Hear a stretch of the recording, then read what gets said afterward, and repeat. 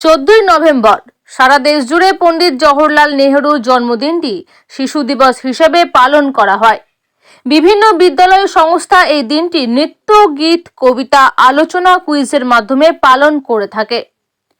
বাঁকুড়া জেলার তিলুরির Shri Shri Ramakrishna public school এই দিন সুসজ্জিতভাবে বিদ্যালয়ের কচি কাচাদের নিয়ে একটি সাংস্কৃতিক অনুষ্ঠান অনুষ্ঠিত করল।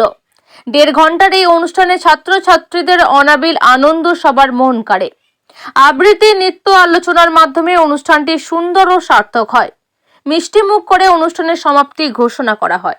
আজ 14ই নভেম্বর স্বাধীন ভারতের প্রথম প্রধানমন্ত্রী পণ্ডিত জওহরলাল নেহরুর জন্মদিন। তার জন্মদিনটিকে সারা ভারতবর্ষ জুড়ে শিশু দিবস হিসেবে পালন করা হয়। বিভিন্ন বিদ্যালয় ও বিভিন্ন সংস্থা এই দিনটি বিভিন্ন সাংস্কৃতিক অনুষ্ঠানের মাধ্যমে পালন করে।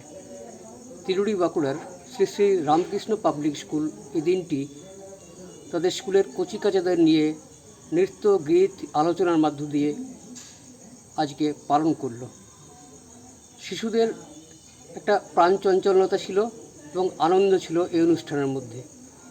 শিক্ষক শিক্ষিকাদের সুদক্ষ পরিচালনায় অনুষ্ঠানটি একটা প্রাণ পায়।